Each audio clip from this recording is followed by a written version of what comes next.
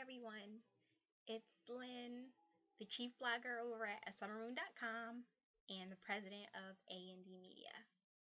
So it's been way too long since we've last had a chance to speak. So let's talk. So a lot has been going on um, for this past. I think it's been like a month since I've last vlogged. So if you want to catch up on what's been going on with me and A&D Media, feel free to hop on over to summermoon.com. I've been pretty much, for the most part, keeping up with my weekly blog posts. So you can get in all the action over there, and I'll definitely make sure that there's a link to it. Okay, so with that being said, I'm just going to do a quick recap of what went down last week. So, last weekend, I was given the privilege of co hosting the award winning Fusion Tour event in Philadelphia. The event, the original host of the event is Vernetta Freeney, who is the CEO of Women Are Game Changers and host of Miss Game Changer Knows TV show down in Houston. Um, I know in her show she interviews different women business leaders. And I know one of her interviews was actually Sophia Nelson. I had actually met her at another event. And a book signing too. So that was really cool. Vernetta is truly an amazing person, and I was truly honored to co-host Fusion alongside her. So, um, and I'm gonna try to recap this as briefly as possible. So, a little bit about Fusion. So, Fusion started out in Houston, Texas, as an intimate connecting exchange for uh, women business owners as well as community leaders and aspiring business owners. Um, and it became so popular that Renetta decided to expand the event there in Houston to multiple cities, and Philadelphia was one of the cities that was chosen um, to launch this inaugural tour. Um, that in and of itself made me really nervous because this was the first year that that tour came uh, to other cities, and I'm not really a Philly girl. I'm a Jersey girl. I live about 15 minutes from Philly, so I was really nervous about taking an event over to Philly when I don't really know that much about the city, but it really all worked out, and it was definitely an amazing experience. So let me tell you about the location first. The venue took place um, over at a museum in Old City part of Philadelphia. The museum is called Vivant Art Collection. I'll make sure I put a link to that. Um, and it was perfect. It was perfect for an intimate setting, and it was a very unique place that you wouldn't think would actually have a local networking event.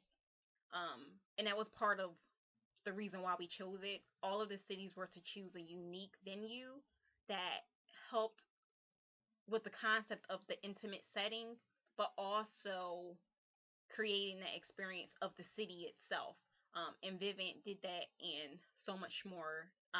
It really worked out because originally we were supposed to have a large group of women, but that location, although it probably could have held that many people, I think it was good that we had an intimate group uh, and held it at that particular location for a smaller group of women so that we can experience that intimate setting and get that vibe that this is going to be um, something beyond just an irregular event that you go to. This was going to be something more about really connecting with the other women that was there, and not just throwing cards in places and taking off with it. We were there to really build relationships, and the setting was perfect for that concept. So one of the themes that ran throughout all of the cities was basically around branding.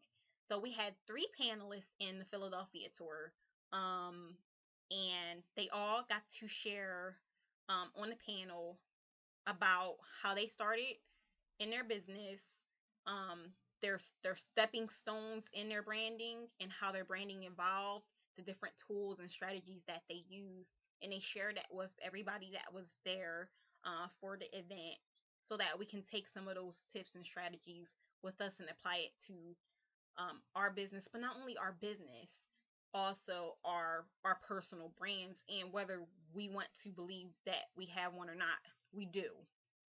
Your brand, as I'm coming to believe, is how people perceive you, and whatever it is that you deliver. So I even got some really cool tips from them that I didn't even think of, or I should say, it just was not on my mind. So one of the things that we typically do when we go to networking events is, we bring a business card. Well, the panelists not only brought their business cards, but they also brought branding or marketing materials that helped us to um, distinguish them as they presented, so that when we took the marketing materials back, we would be able to go, oh man, yeah, I remember that person. And it's easier for me to remember because they have their face on the materials. And that's something I actually don't do. I don't have my face on my marketing materials. And I usually just give out a card. Now, I'll give myself some credit. This time, I actually gave out magnets. So that way, you could just hang A&D up on your refrigerator if you ever needed them. So you think of a sandwich. No, I'm just kidding. So so let me share some of the materials with you. So one of the panelists was Yashima, who is the CEO of Magnet, and as you see, she has her picture, her face on here. She has the different places that she's been seen on, NBC, CBS, things of that nature, so that when we looked at her face and we looked at her material, we knew instantly, okay, I know who she is. I definitely just got to experience her, dynamic speaking, and she's also building that trust factor by saying, these reputable media outlets have chosen me um, to be a part of what they're doing because they know that I'm a trusted and reliable source. So kudos to her for this. One of the other speakers, Christine, gave us CDs. Again, her face is on it. So she got to present, you know, as a panelist, but then she also gave us a piece of herself in what she was already good at, which is her speaking in this format, so that we can listen to her some more and create that experience that we got from that one time event, take it back with us, and we could play it over and over and get more tips and strategies from what she had to say, in addition to what we received at Fusion. Um, and then finally, the panelist Tina here, kind of gave out this, and I think she also gave out a flyer as well. That really helped us distinguish her from the other panelists and everything, because it looked she kind of had like a poem on here that really represented um her business and the feeling that she wanted us to get whenever we thought about what she does. um what was other The other thing is, she explained the concept of her logo, which before, when I looked at it, I had no idea what it was, and now when I look at it, I understand um what it means. And my favorite part of her branding was, she made sure to put her social media plugs on here. A lot of people who, they say they want to expand their social media or Facebook page and everything, but they don't do anything about it offline. If you're going to networking events and you want to grow your social media presence, put it on your marketing materials offline. So that we'll know, oh, let's, go check her out on Facebook or Twitter. Um, so kudos to Tina for that. If you're wondering why I'm putting the material all the way up to my face, is because I found that I'm not as nervous on this camera when I don't have my contacts in, so I can't see myself. My eyesight is actually really bad. So, don't tell anybody. Okay. So, I know I'm speaking a little fast, but I just want to, do a really quick recap. So, a little bit about the event itself.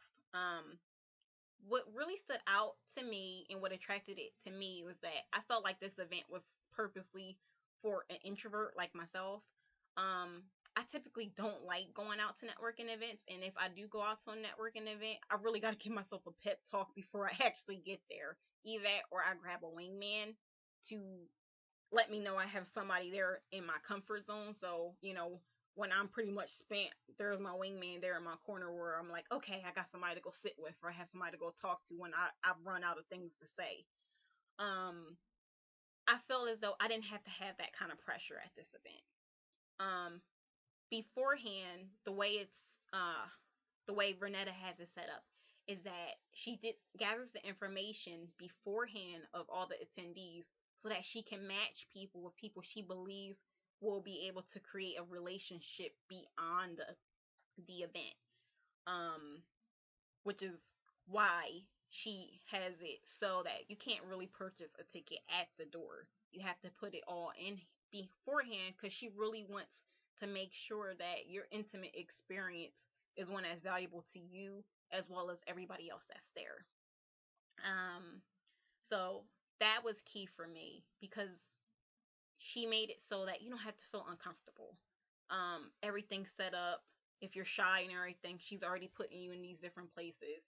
And then it had two elements to it.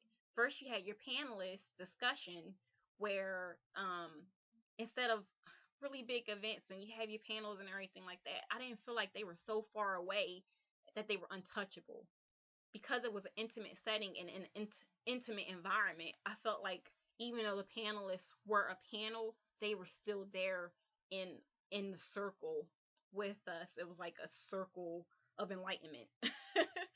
um, and that was really important to me because knowing that these women could, you know, working with them, could range from, $100 an hour to thousands of dollars an hour, and being able to have access to them in such an intimate way, it made the event seem that much more meaningful to me. And because it was such a small event, I had the opportunity to get to know everybody that was there, and not feel any pressure about that. So that was, one of the great things. So you have your panelists part of the event, and then the way Renetta does it is she then breaks you down into what she calls connecting circles, which that's the part where, she got your information beforehand and you're paired into these small intimate circles with one of the panelists. They're kind of leading it, almost like small mastermind groups. Um, that's the way that I got that from that. And with our event in Philly, although we didn't do it the way she would traditionally do it, what was nice is we still actually managed to break into small connecting circles. And not only did the attendees get a piece of, or I should say, um, to get into the heart of the panelists that were there, but they also got to know other attendees as well and really talk to them about what's going on with their progress and talk about their fears and things of that nature. And it was all in a safe place, and that was important. So overall, I thought the event was really cool. I wound up finding out some really cool, interesting things. Like, for instance, one of the panelists, Christine, we had found out that, first of all, we were both very, very close to each other. She's also from South Jersey. And although I knew that, I didn't realize that she was really close to me. Um, and we found out that we both uh had a first business inspired off the Babysitters Club book series. So, go figure. But like small quirky things like that actually really help you to build relationship. And that was the point of Fusion. So you can build relationships beyond just that one day event and carry on those relationships in your business going forward. So that's pretty much it. Until next time. Peace.